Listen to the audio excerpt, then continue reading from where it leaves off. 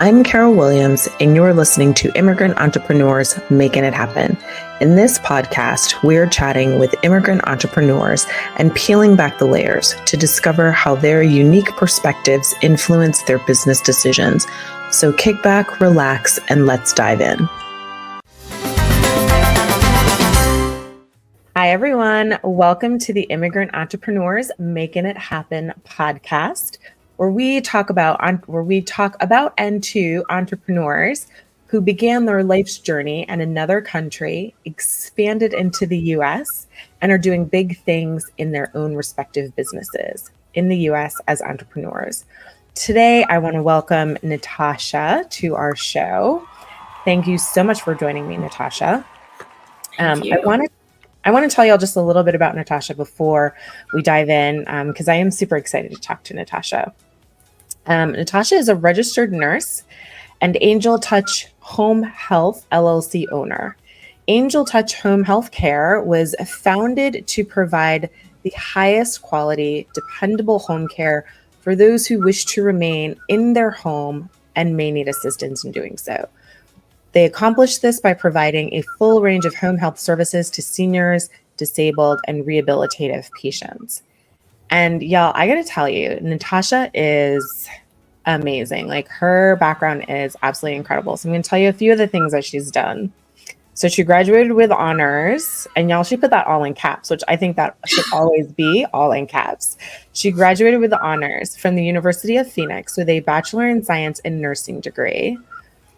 Miami-Dade College graduate with an Associate of Science in Nursing degree, and Broward College graduate with an Associate of Arts degree. She's board certified with the National Council of State Board of Nursing, otherwise known as NCLEX, ACLS, and she's also BLS certified. Her achievements, y'all, include working in various healthcare settings, such as home health aide, a certified nursing assistant, a medical assistant, a patient care assistant, and a registered nurse. She worked as an inpatient registered nurse at Broward Health during her early career. And fortunately, during that time, she was featured in an advertising commercial about Broward healthcare nurses. How amazing is that, y'all? Shortly after that, she relocated to Fort Riley, Kansas, and had the opportunity to work at Irwin Army Community Hospital as a civilian nurse caring for soldiers and their families and retired veterans. So with that amazing background and amazing history, I want to welcome you, Natasha, to Immigrant Entrepreneurs Making It Happen. How are you today? Hello. I am doing well today. Thank you so much for having me on your show, Carol. Thank you. No worries. I'm excited you're here. So thank you for carving out time to come chat with me. So my first question is always, what country are you originally from, and when did you come to the U.S.? I am from Jamaica, and I came here April 3rd, 2000 at the early age of 17. Wow, you know, like the actual date.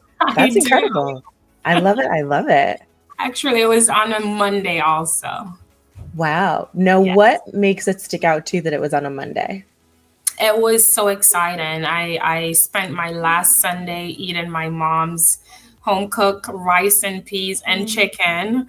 And Monday morning was the start of the week for me. I was so excited. It was 3 a.m. in the morning when we got up and got ready to hit the airport, Kingston, Norman Manley Airport. It was just an amazing experience. I was super excited. So wow. I remember everything. And you were at an age where you were old enough to really understand what was happening, remember everything, have, I won't say adult conversation about it, but have conversation about what was happening. Totally. Yes. What did you think was going to happen? Where did you think you would be? Where did you envision yourself being? So being an immigrant, I understand, and I knew I had perspective, like I knew my life in Jamaica, and I always had this big dream of just going to America to just make life better. And so at the age of 17, I was well grounded with understanding where I was and where I wanted to be. And I just knew that that day, April 3rd, 2000, was the day that everything was going to change. With it has been. Wow. Yes. Wow. Now, so take us from that day. How then do you become a business owner here? So I just knew that no matter what, anything that you put out your mind to, where whatever you said that you want, you're the only one that can stop that from happening. And I Mhm. know that, we generally say America is big and there's a piece of pie for everyone, but you really have to truly believe that to make it happen. It wasn't easy. Being an immigrant is not easy, but there are countless opportunities here, and it is possible as long as you believe. And that's what, have kept me over the years, just believing in myself, giving it my best, and just going in with 100%, nothing less. Okay. So when you came to the US that day, that Monday, did you touch down in Miami? Did you touch down somewhere else in the country? Where did you start? I touched down in Miami, and I go, oh my God, wow, I'm here. It was just Wow. an experience. I remember that like it was yesterday. It's going to be Wow. 24 years in April, and I still remember it like it was yesterday. Wow. So what led you after, what led you to start your business? What led you to nursing? I always knew that I wanted to become a nurse. I was 6 years old, and I remember I was going, we call it primary school in Jamaica. I was in the first grade, and I remember here it's called essay. In Jamaica, it's called composition. Okay. I remember my first grade teacher, Miss Bird, Sonia Bird, at the Yurton Primary School. She asked us to write a composition of what we wanted to be when we Mm, grow older. And I wrote my composition that I wanted to be a nurse. okay. I always enjoy and love helping people. It's just who I am. Like, if I see someone in pain, I wanted to be that person that go to their aid and get them something to make them feel better. Mhm. And I just followed my dream. I always wanted to be a nurse. I never changed my mind. I found out what it would take to pursue that. And I just followed my dream, followed my heart, followed my passion. And That's amazing. yes. We are kindred spirits. I knew when I was 7 I wanted to be a lawyer. There you go. Yep, I knew at 7, So so I at least knew. there you go. We have something in common. Yeah, Yeah, yeah. yeah. So what brought you from nursing, working, in a clinical setting, in a hospital setting, working with veterans, to starting your own business? So it was always in me that I did not necessarily want to settle. And I feel like I have given everything in me when it comes down to being a patient advocate, being compassionate, just being true to what I do. I have done everything that I could at bedside, and I just started to becoming bored, Okay. and I just wanted to continue providing the quality care that I do, but being the person to connect the dots when someone needs that compassionate caregiver. I Mhm. want to be that person that can help them and guide them through that process to get them that person. So I did my research, and I decided that this is where I need to be because I love my geriatric population. I just love sitting and speaking to my clients and helping them, even if it's just helping them, helping their families when they're Mhm. far away, to ensure that their loved ones are being cared for and getting them that person that they need, because they all rely on us and trust us that we're going to send them someone compassionate. Right. While I'm not practicing bedside nursing, I am still physically out there day by day, just making it happen for these clients. Okay. I like that. I like that. So, is it fair to say, I guess, that most of your clients are geriatric clients, or do you also work with someone who may just need you for a short time because maybe they've had surgery, they were injured, they had surgery, they need some help, maybe for a couple weeks, maybe for a couple months, sort of getting back to what is normal for them? Is that, are those folks that you work with as well? Sure. So I can service anyone from 21 years and older, but for Okay. the majority part, my clients are the elderly population right now. Okay. Okay. Yes. And where are you in the world, and what's your service area? So currently I service Palm Beach County, Okay. and I am in the process of expanding to Broward County. So that's in Florida, right? Correct. I'm in Okay. Florida. Okay. I'm located in Boca Raton Okay. and servicing Palm Beach County right now. Nice. So you've been in the States for more than a minute, as my mother always says, more than a minute. Right. Do you think being an immigrant to this country has impacted how you run your business? I can say that being an immigrant, yes, we definitely have to work much harder, Okay.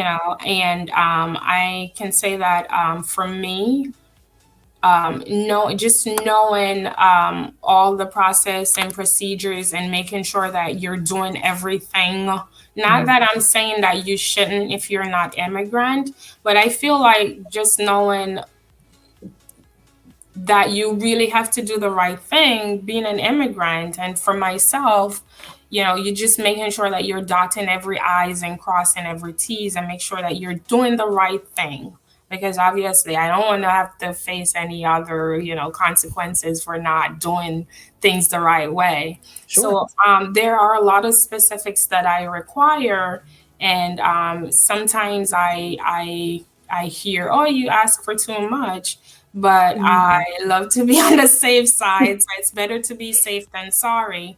And having a nursing background also, I am just like dotting every I's and crossing every T's. So Right. yeah.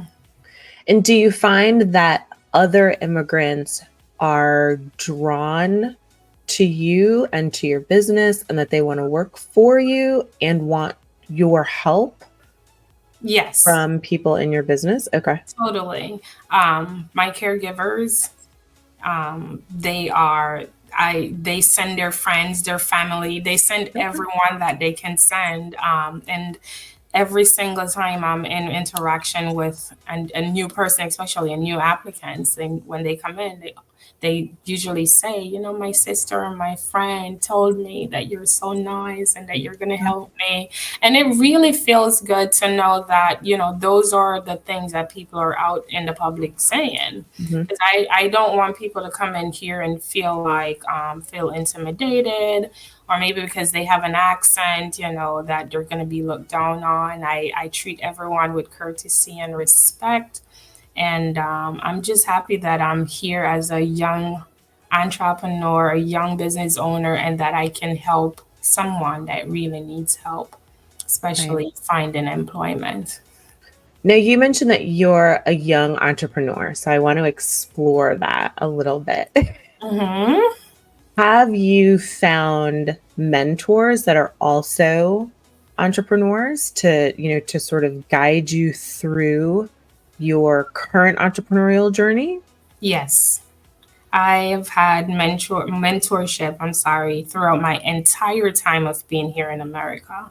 I can start by just naming, oh my God, there are so many of them that have seen me. Even if you backtrack, when I was medical assistant, Hmm. there was this nurse practitioner, and she would literally look at me every single day and said, "You're young. Make sure you didn't come here to just resign. You're not gonna stay here and retire. You need to go back to school. Hold your head Hmm. up. You can be whatever you want to be." And as I go throughout my nursing career, I would just have people coming from every single direction, just talking like, life into me, and just encouraging me and Mm. want to see me grow. Even till today, when I joined BNI, which is Okay. my networking group, this individual, he's just like took on to me and he's been encouraging me. He's been showing me the ropes and he's been like, he's a godsend. Like, I just have so many great people in my life that I don't think that I would be where I am today if I wasn't hearing them in my ears or those Right. encouragement that I've gotten. Yeah, I think mentors are so amazing. I have a mentor from law school, and I haven't made a business move without him. Wow. That poor man has seen so many countless versions of my resume. It is unbelievable. Yeah. But it is so helpful, the Yeah. people that you meet along the way who Totally. really encourage you, speak life into you, and I think are a large reason why I think entrepreneurship is can be so daunting for people is that they don't have a mentor. They don't have people that they can reach out to and ask questions. Totally. So are you do you feel now that you're at a piece of your journey in being an entrepreneur that you are now serving in that role as a mentor for other entrepreneurs? Totally. I have gotten, Nice. yes, I have a number of people that reach out to me. I know individuals that have been in the business for many years and they still call me to run scenarios by me and get my input. And I so happened to meet up with a friend of mine that I've known over the years, and she wanted to get my insight and inputs on some things also. And it's just amazing how Mm. we can help each other, even if we're just sitting. And I've gone out to coffee meetings and meeting up with other entrepreneurs, and we're just brainstorming and coming up with different ideas. And they've been in the business way longer than myself, but it's just good to hear other people's input and get, just what other people are doing, what's working and what's not working. It's a, Absolutely. yes. Absolutely. I meet up with other attorneys often. Right. Just to talk, just to be a sounding board. I think that's so important, not only for the substance of what we all do as entrepreneurs, Mhm. but just running a business. Exactly. Often a lot of us are really amazing at what we do, but we are terrible at running the business. That's a whole other, sometimes very steep learning curve that Right. many entrepreneurs that I speak with have. And so I thought that Right. was, I think it's having somebody in your corner who you can talk to and ask these questions of has always been so important and so helpful. Yes. Really is. What is next? What do you think is next for you and your business? So right now, I am still I'm in my second year. And where I see myself in the next 3 years is much bigger, expanding throughout in the office, my office staff, and in the field also. And I want to be able to, at some point, step back and Mm. work on the business and not so much in the business. Sure. And so that's my next step. That's my next goal for the business. Nice. Very, very nice. Tell me where you are 10 years from now. Are you still serving mostly geriatric patients? Have you expanded from the geriatric patients? Tell, like, what does that look like? Have you just taken over the world? you know, you said you were looking to expand from West Palm south to Broward County, which I Correct. think is amazing. Uh-huh. Do you have aspirations to, serve the entire state? I don't know how your licensing works. So I don't know if you can expand out of the state. Like, tell me when we chat again in 10 years, Hmm. where are you going to be? Like, how big is your name going to be? So the way Florida is a big state, and we Mhm. have enough cities like throughout for me to just stay in Florida. But To be quite frank, the level of care that I strive to provide, I don't want to lose that touch, that compassionate care that we provide. Hmm. So I want it to be controlled.